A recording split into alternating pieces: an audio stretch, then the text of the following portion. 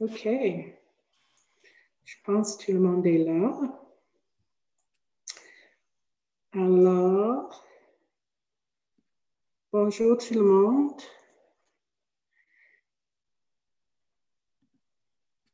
Alors, vous êtes un petit groupe qui nous rejoint et on est super contente parce qu'on a eu peur qu'à la fin de la journée, on va être seul après une journée pleine de conférences et avec le COVID, fatigue, ça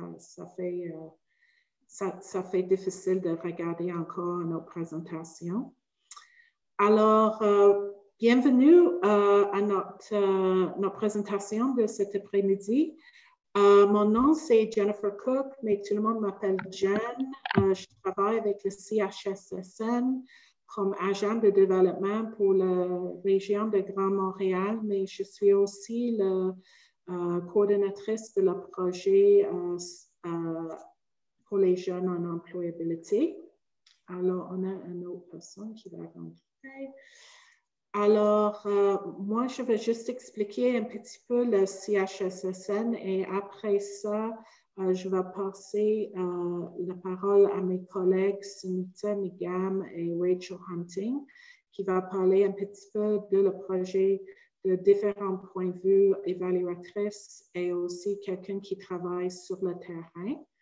On a aussi peut-être un de vos collègues qui va nous joindre pour parler de son expérience avec nous dans ce projet-là. Alors, je vais commencer avec le CHSN, que c'est un organisme provincial avec des membres que nous, on soutient financièrement, un peu comme le réseau de Carrefour Jeunesse. On a à peu près 24 membres et on couvre toute la région de Québec. Et je suis en train de... Voilà. Alors, on a des populations de personnes d'expression anglaise dans toutes les régions. Je sais que ma carte est assez petite sur l'écran, mais vous pouvez trouver ça si ça vous intéresse sur notre site web. Il y a toutes nos informations, notre data, nos rapports sont toutes là et beaucoup de nos informations sont traduites en français aussi. Alors, vous pouvez trouver ça en français et en anglais. Ça, c'est nos partenaires que vous pouvez travailler avec, nos membres, nos MPI, que c'est les réseaux initiatives partenariats, sont dans toutes les régions, comme je dis, et c'est des groupes qui sont participés. On a 8 de nos régions qui sont participées dans ce projet à date. Alors, je veux juste vous montrer un peu de data assez intéressant. Je pense que vous pouvez trouver sur notre site web aussi. Où il y a les flèches, c'est les régions qui participent déjà dans le projet.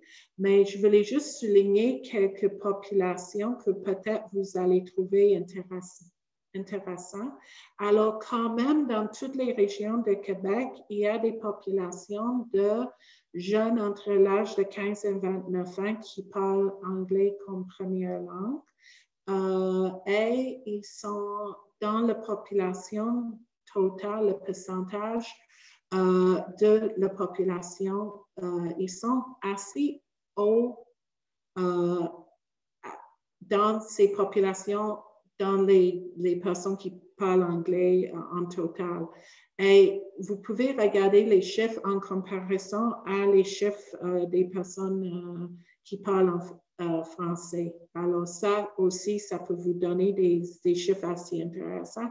Comme quand on regarde l'île de Montréal, on a 39 000 jeunes sur le ouest de l'île. Et alors, il y a plus de jeunes qui parlent anglais que les jeunes qui parlent français.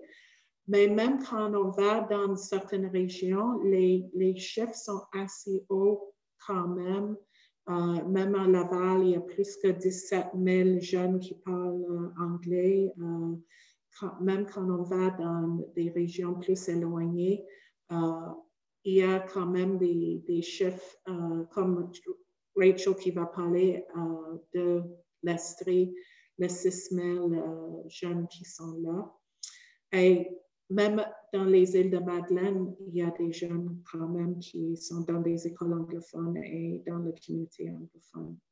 Alors, si vous voulez trouver ce tableau, c'est sur notre site web. Alors, parce qu'on n'a pas tant de temps et je ne veux pas parler juste de les chiffres, j'aimerais passer la parole à Sunita qui va nous parler comme évaluatrice de le projet global et expliquer un petit peu qu'est-ce que le projet a fait à date dans vos régions qui sont participées et avec les groupes qui sont participés. OK, bonjour tout le monde. Est-ce que vous m'entendez bien? Oui? OK. Alors, comme Jen vient de dire, je m'appelle Sunita et je travaille comme consultante de recherche et évaluatrice de projets dans plusieurs organismes, mais en ce moment, je travaille pour la CHSSN. Et aujourd'hui, je vais vous parler un peu d'un projet que la CHSSN gère avec un réseau d'organismes travaillant avec la communauté d'expression anglaise à travers le Québec et les CGE étant situés dans les régions qui participent dans ce projet. Alors, le projet qui est financé par le Secrétariat à la jeunesse du Québec ainsi que le Secrétariat aux relations avec les Québécois d'expression anglaise, a un très long nom. Je ne sais pas, Jen, si tu peux passer à la diapo avec le nom. Ah, je ne sais pas s'il y en a un autre avec le nom, mais en tout cas, le projet s'appelle Relier les jeunes d'expression anglaise à l'offre provinciale des services d'employabilité et de ressources en matière d'emploi, que je vais désormais appeler simplement le projet par souci de concision. Mais le projet a commencé en 2017 et continue jusqu'à présent. Et ce projet a 2 objectifs. Le premier étant d'accroître la capacité des carrefours jeunesse à servir les jeunes d'expression anglaise et le deuxième étant de faire connaître les CGE et leurs services aux jeunes d'expression anglaise de leur région. Et comme vous le savez très bien, les CGE ont pour mandat d'appuyer les jeunes au Québec dans leur quête de promotion économique et sociale. Et ce projet que la CHSSN gère, financé par la SAGE et le Secrétariat pour les Québécois d'expression anglaise, est finalement un projet d'équitabilité et d'inclusion économique. Alors, c'est un projet qui reconnaît que les jeunes d'expression anglaise au Québec font partie d'une minorité linguistique au Québec qui font face ou qui fait face à des défis uniques par rapport en matière d'emploi et d'employabilité. Et le projet a donc pour but de mieux servir les jeunes d'expression anglaise dans leur recherche d'emploi, pour améliorer en fait leur inclusion et leur opportunité dans le marché du travail au Québec. Jen, peut-être que tu peux passer à la diapo avec les organismes qui participent. Alors, comme vous pouvez voir, en ce moment, nous avons 8 organismes différents qui participent, dont l'Association des Townshippers, on va entendre un peu d'eux tantôt avec Rachel, qui servent la communauté d'expression anglaise en Estrie. On a le Comité d'action sociale anglophone, ou CASA, dans la côte de Gaspé. Le réseau de l'Est de l'île de Montréal pour les services en anglais, justement dans l'Est de l'île de Montréal.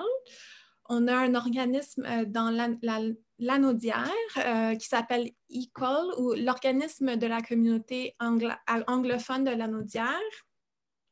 Dans la Montérégie-Ouest, on a le réseau communautaire anglophone de Châteauguay. Dans la Côte-Nord, l'Association communautaire de la Côte-Nord. Et on a Four Corners dans les Laurentides. Et finalement, Voice of English Speaking Québec, ou VEC, dans la région de Québec. Alors, juste ajouter aussi que RISER, le réseau de l'Est de l'île, il dessert aussi Montréal-Nord et Ville-Saint-Laurent. OK, parfait. Merci, John. Bon, alors, pour certains organismes, dont le Townshippers en Estrie et CASA, ça fait ça fait depuis 2017 qu'ils travaillent sur ce projet. Et pour les autres organismes, ça fait depuis 2019 qu'ils travaillent avec nous sur ce projet.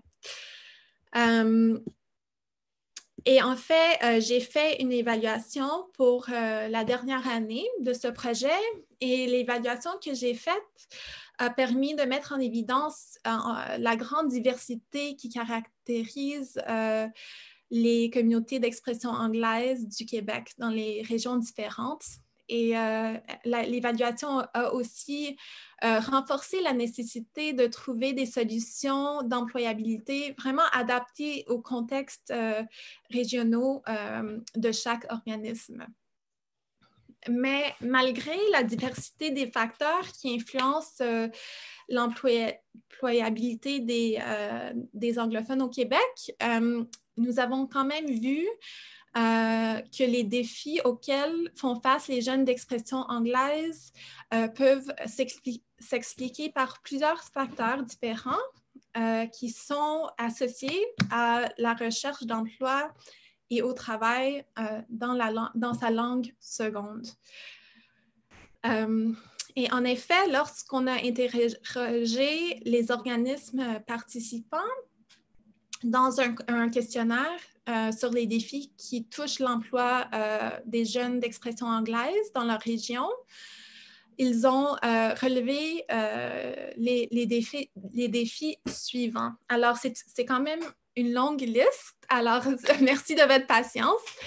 Mais premièrement, il y a un manque de compétences linguistiques et culturelles en français, un manque de confiance personnelle et professionnelle, un manque de services d'employabilité offerts en anglais, un manque de connaissance des services offerts par les CGE, un manque de promotion des services d'employabilité offerts en anglais, un manque de services dans lesquels les jeunes d'expression anglaise se sentent bien ou se sentent bien accueillis, une méfiance générale à l'égard des CGE, un manque de sensibilisation des organismes aux besoins distincts des jeunes d'expression anglaise, un manque de statistiques claires sur la communauté d'expression anglaise, un manque d'intégration avec la communauté d'expression française, un manque de transport, l'incapacité parfois des employeurs à reconnaître les avantages d'avoir des employés qui parlent anglais,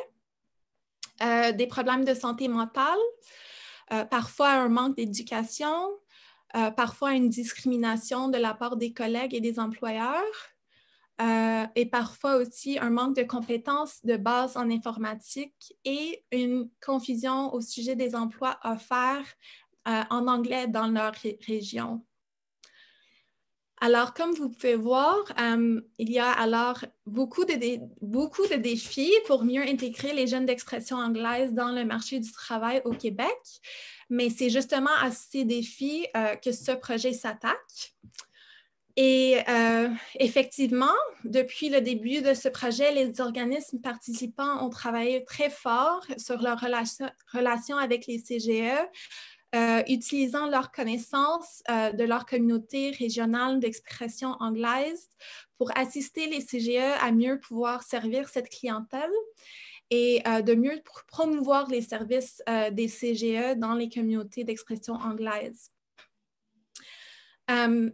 Et comme chaque organisme, région et communauté est différente, les organismes dans ce projet ont vraiment innové une panoplie de stratégies, de ressources, de relations et d'événements différents pour pouvoir atteindre les deux buts centraux de ce projet. Et maintenant, en fait, nous commençons à vraiment avoir beaucoup de belles histoires de succès, de relations renforcées entre les CGE et les jeunes d'expression anglaise à travers ce projet. Je vais juste donner une petite liste de quelques résultats généraux de ce projet qui inclut une augmentation générale des services d'employabilité en anglais par les CGE, un élargissement des réseaux des organismes, la collection de données démographiques sur les besoins d'employabilité des jeunes d'expression anglaise plus clairs, l'animation d'une gamme diversifiée d'ateliers visant à améliorer l'employabilité des jeunes d'expression anglaise par les organismes et les CGE, la création de bases de données d'employeurs qui souhaitent ou qui sont ouverts à embaucher des personnes d'expression anglaise. Et finalement, la création de stratégies de marketing innovantes pour promouvoir les services des CGE. Alors, et comme vous pouvez voir dans la diapositive, il y a aussi des résultats plus quantitatifs que j'ai pu documenter dans l'évaluation. Et Jen, est-ce que le rapport qu'on a fait est disponible ou va être disponible sur le site? Sur le site? Ça va être sur le site, ça va être mis dans les prochaines semaines. Ou vous pouvez nous contacter si vous avez vraiment besoin d'une copie tout de suite. Et juste pour vous dire aussi que les résultats sur cette page-là, c'est les résultats de 1 an. Alors, oui. Dans les années avant aussi, dans le projet, on a eu 2 ans de projet pilote avec 2 groupes. Alors, ça, c'est des autres résultats. Oui, merci, Jem. Alors, s'il y en a parmi vous qui souhaitent consulter l'évaluation que j'ai faite de l'année prochaine, qui donne quand même une bonne idée des projets différents, des stratégies différentes que les organismes ont fait et utilisées, ainsi que les défis que les organismes ont rencontrés. Vous pouvez justement le consulter sur le site de la CHSSN.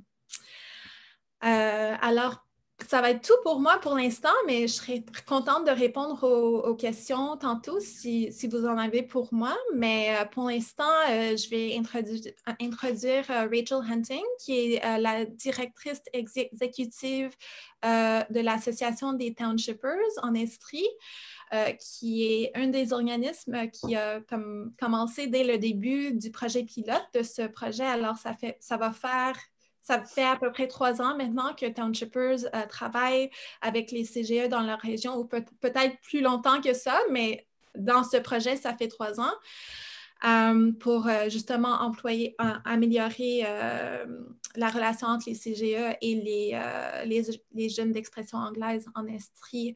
Alors, Rachel, est-ce que vous aimeriez parler un peu de l'expérience que Townshippers a eue comme renforçant les relations avec les CGE? Oui, avec plaisir. Bonjour tout le monde, merci d'être là. Je sais qu'à la fin de journée, après une panoplie de Zoom, c'est pas super facile d'être présent. Alors, bienvenue, puis c'est cool que vous êtes là. Nous, chez Townshippers, ça fait 40 ans qu'on est à l'œuvre dans les cantons de l'Est. C'est un peu plus grand que l'Estrie, mais on va se concentrer sur le parti estrien pour l'instant.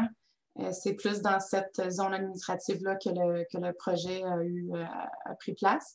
Nous, on était un des 2 organismes débutants. On a fait le projet pilote avec l'appui du CHSSN et les fonds du secrétariat à la jeunesse. On a commencé les conversations en 2016 et on a commencé les travaux terrain en 2017. Mon organisme a été dans une position un peu un peu différent que mes collègues parce que nous avons un projet Place aux jeunes en région. Alors, c'est par le biais de ce projet-là qu'on connaissait un peu plus les CGE dans notre région parce que nous avons des collègues en CGE qui ont des projets PAGE aussi. Alors, le pont était déjà fait un peu avec mon organisme, ce qui nous a permis de faire, d'agir plus comme une porte d'entrée pour la communauté d'expression anglaise et la communauté francophone CGE pour mettre les deux en contact, dans le fond, par le biais de notre projet. Alors, les premières 2 années de notre projet sont très différents, je dirais, que celle qui est courant. Mais au début, notre orientation était vraiment d'aller voir nos partenaires CGE en Estrie, puis de les sonder sur leurs besoins. On ne voulait pas cogner sur la porte pour leur dire vous faites mal votre job en lien avec la communauté anglaise ou vraiment agir comme quelqu'un qui voulait faire de l'ingérence ou dire comment mieux faire le travail des CGE. C'était super important pour nous que nos partenaires en Carrefour Jeunesse sachiez que c'était pas du tout notre perception de leur travail et qu'on était très au courant que notre communauté n'accède pas à les services qui sont à faire, même s'il y avait des partenaires sur le terrain qui étaient en mesure d'offrir au moins un minimum de services en anglais.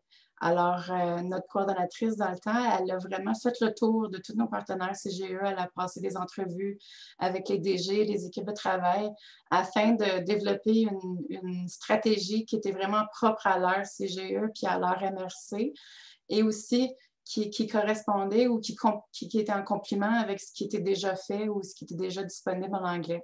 Alors, c'est un peu différent pour chacun de nos partenaires CGE, mais il y avait des CGE qui ont manifesté un besoin de matériel traduit, un besoin de cours d'anglais ou de terminologie, des stratégies linguistiques qui étaient adaptées à leurs équipes puis à leur milieu de travail aussi.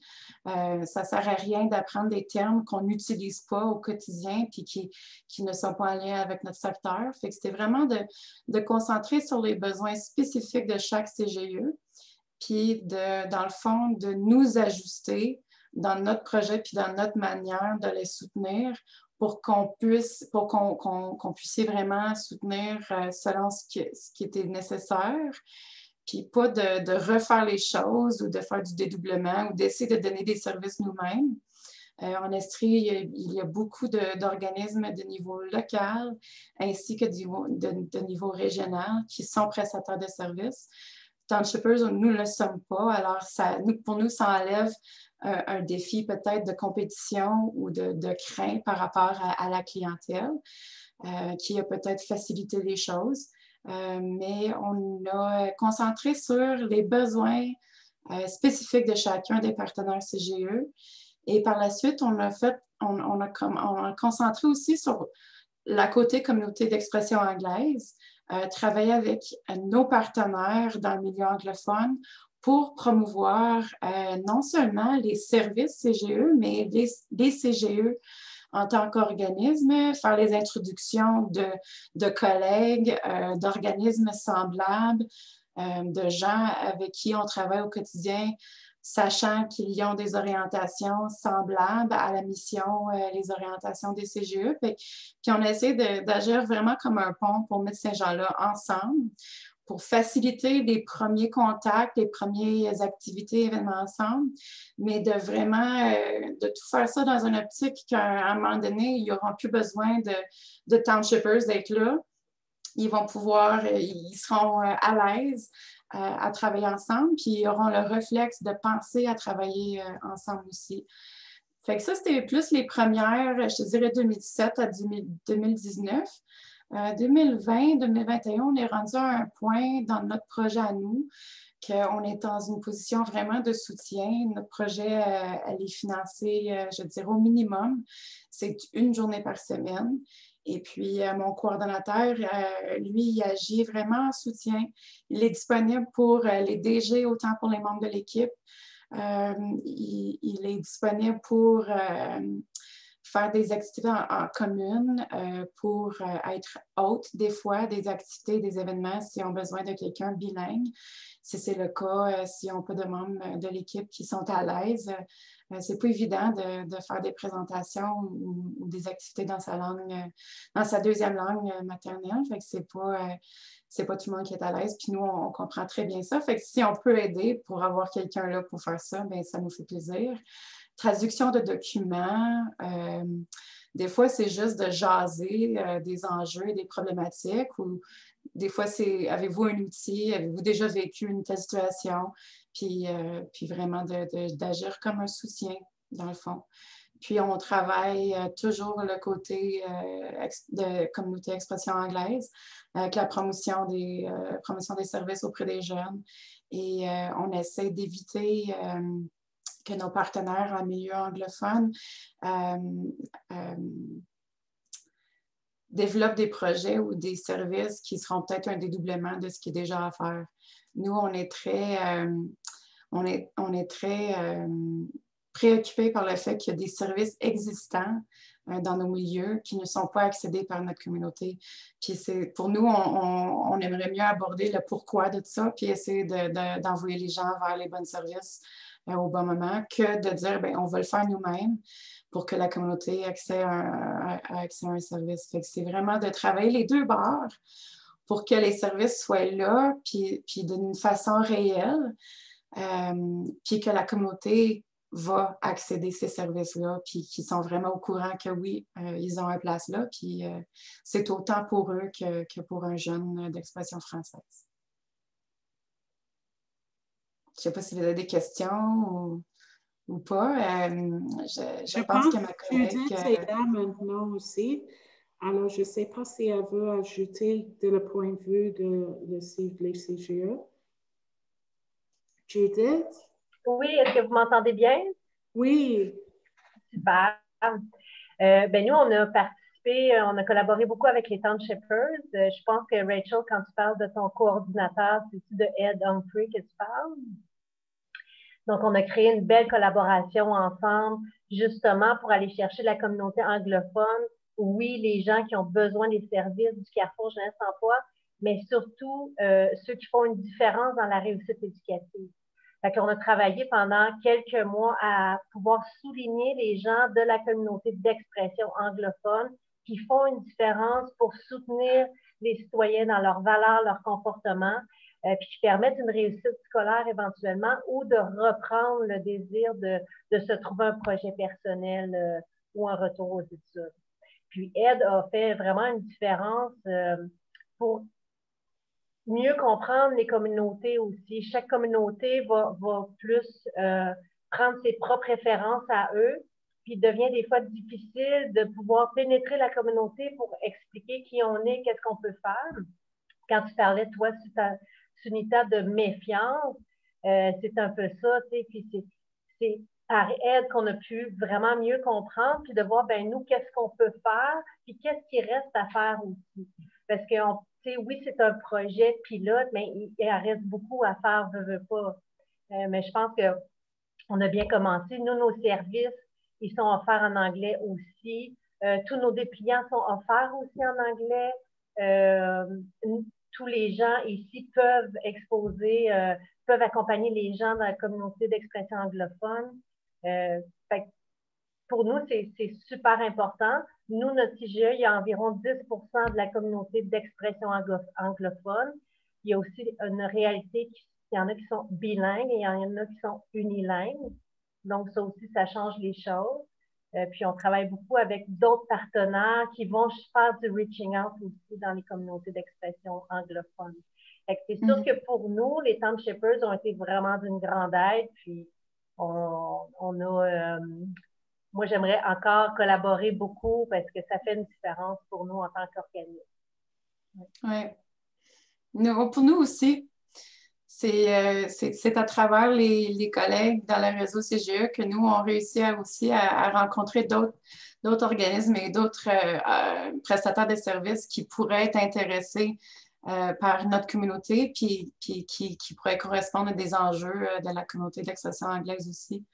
Mais nous, on a vu on a vu des retombées au niveau du partenariat dans notre région. Vraiment, là, les organismes qui étaient participants dans les premières années travaillent ensemble sans nous maintenant.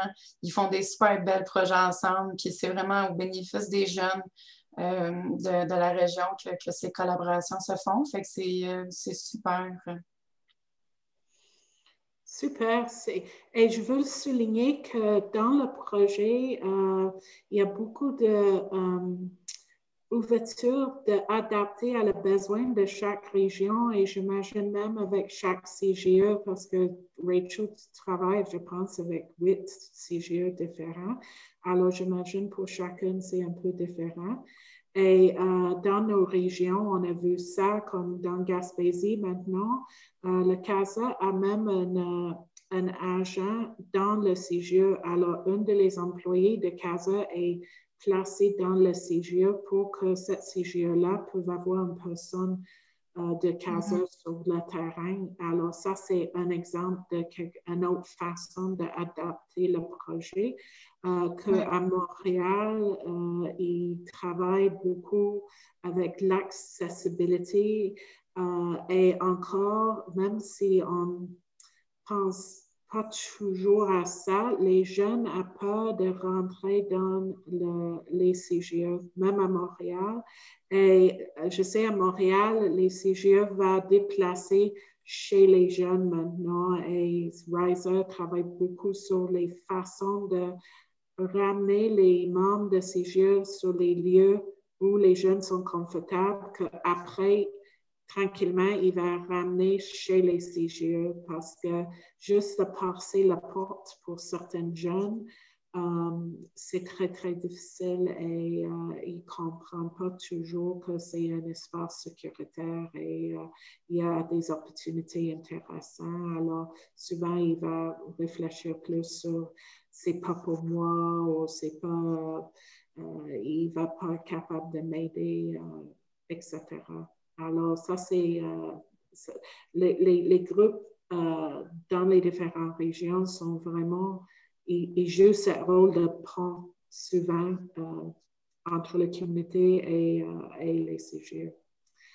Alors, ça dépend aussi dans diverses régions. Comme en Estrie, on est une population plus grande, puis on a un secteur communautaire et employabilité éducationnelle qui est très fort. Mais dans d'autres régions, c'est peut-être pas le cas. Puis justement, nos collègues, ils travaillent différemment. Puis c'est peut-être la meilleure façon pour votre CGE de collaborer avec un organisme du milieu anglophone. Ça serait peut-être par le modèle qui était plus avancé par CASA. Puis c'est ça qui est super bien avec le programme aussi, c'est une flexibilité qui nous permet de s'ajuster en fonction de nos milieux et de nos réalités, qui n'est pas toujours le cas avec un financement gouvernemental. Fait que ça aussi, c'est très intéressant. C'est un projet qui nous donne la flexibilité de s'adapter au cours de route. Et quand on regarde les chiffres, c'est sûr que dans les régions que les chiffres de jeunes sont moins grands, c'est sûr d'engager quelqu'un spécifique pour cette population peut-être n'est pas très économique non plus ou la capacité de l'organisme. Alors, c'est vraiment là que chaque MPI sur les territoires a des rôles à jouer en collaboration avec les CGE pour être capable de créer ce pont, mais même créer peut-être une partie de services ou dans l'organisme ou dans le CGE, mais c'est un employé de l'organisme de l'expression anglaise qui travaille en partenariat. Oui. Ça dépend aussi de la communauté. Si la communauté d'expression anglaise dans votre région a vraiment une méfiance accrue des services provinciaux ou ceux qui sont offerts en français, la meilleure porte d'entrée, c'est fort probable que c'est un organisme comme Townshippers dans le réseau du CHSSN qui vont pouvoir t'aider à défaire ces pensées-là puis de mieux accéder à cette clientèle-là. Alors, est-ce qu'il y a des questions?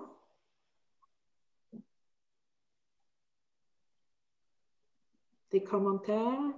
Est-ce que vous trouvez les informations aidantes pour votre travail? J'aimerais entendre quelques commentaires parce que ça nous aide aussi, nous, dans la progression de le projet. Juste pour vous partager aussi, le projet probablement va être relancé encore l'année prochaine et on veut toucher toutes les régions de Québec avril prochain. Alors, on va être vraiment en contact avec vous dans ce sens-là. J'ai mis mon information de contact puis notre site web dans le chat si jamais vous avez des questions ou vous êtes curieux. Notre site web est, je dirais, 95 à 99% traduit avec les informations par rapport à la base de données des employeurs qui ont un intérêt à engager des gens qui s'expriment en anglais, par exemple. Tu vas pouvoir la trouver là, la regarder, voir si c'est quelque chose qui pourrait être intéressant pour votre milieu aussi. Mais si jamais vous avez des questions comme qui t'arrivent plus tard, n'hésite pas à me les envoyer ou à nous interpeller si on peut vous aider ou si on peut vous donner une explication par rapport à d'autres choses qu'on n'a pas touchées aujourd'hui. C'est possible. Je pense. Moi, juste pour donner un commentaire, je trouve ça... Moi, je viens des Îles-de-la-Madeleine, puis je trouve ça intéressant de voir qu'ailleurs aussi, il y a des difficultés là, à rejoindre le milieu anglophone parce que nous, même si on essaie, on va les voir, tout ça, on sent quand même un peu une difficulté là. Fait que nous, en tout cas, vous dites que vous voulez déployer le projet, mais on serait probablement ouvert là, à en entendre parler davantage. Là. Mais est-ce que vous connaissez Helena à Camille sur les îles? Parce que je sais, elle Tout le monde connaît Helena. Oui, elle est super intéressée de sûrement. mettre le projet en marche. Alors, on va changer, c'est sûr, dans les prochains mois. Super. Je vais rajouter peut-être un commentaire qui, des fois, peut nous échapper aussi, c'est que souvent, on va faire des tables de concertation comme ça, les professionnels vont se rencontrer. Moi, je pense qu'il est important aussi d'inclure les utilitaires. Donc, d'aller voir des gens anglophones ou d'express anglophones, de dire qu'est-ce que tu aimerais, qu'est-ce qui te manque dans ton environnement, de les entendre aussi eux, parce que souvent, c'est très clair leur vision.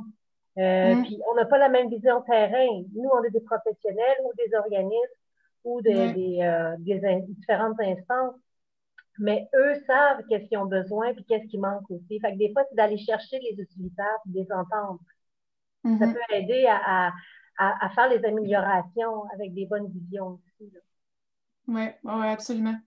Puis des fois, comme tu dis, c'est très simple. Puis nous, nous on cherche le gros solution hyper compliquée. Là, Exactement. Fait que ça, je pense qu'il faut le garder en tête à chaque fois qu'on veut faire un changement pour une type de clientèle. Là. Très, très, très bonne point.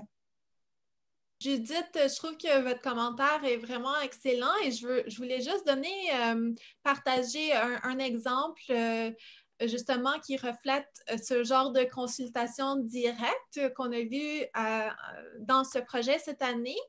Puis c'était notre organisme qui est basé à Québec, qui s'appelle VEC, Voice of English Speaking Québec. Puis la coordonnatrice de ce projet là-bas, elle vient de créer, je ne sais pas ça serait quoi le mot en français, mais en anglais c'est Youth Council, comme un council, je ne sais pas c'est quoi en français. Un counseling de jeunesse ou... Un conseil jeunesse ou... C'est ça, exactement. Je pense qu'en ce moment, ils ont 6 jeunes dans la vingtaine.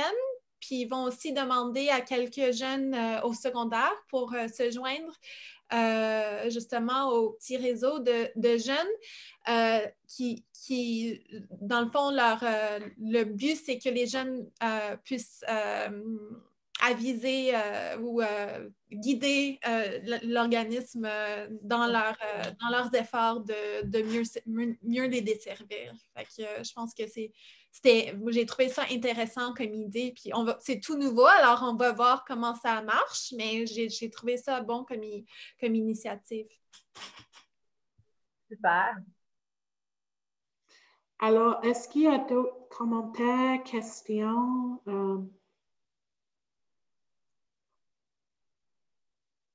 est-ce que, je suis curieux, est-ce que c'est ça que vous avez pensé? Parce que quand vous avez décidé de venir à la conférence, est-ce que vous avez reçu quelques informations qui ça vous donne, c'est intéressant pour vous?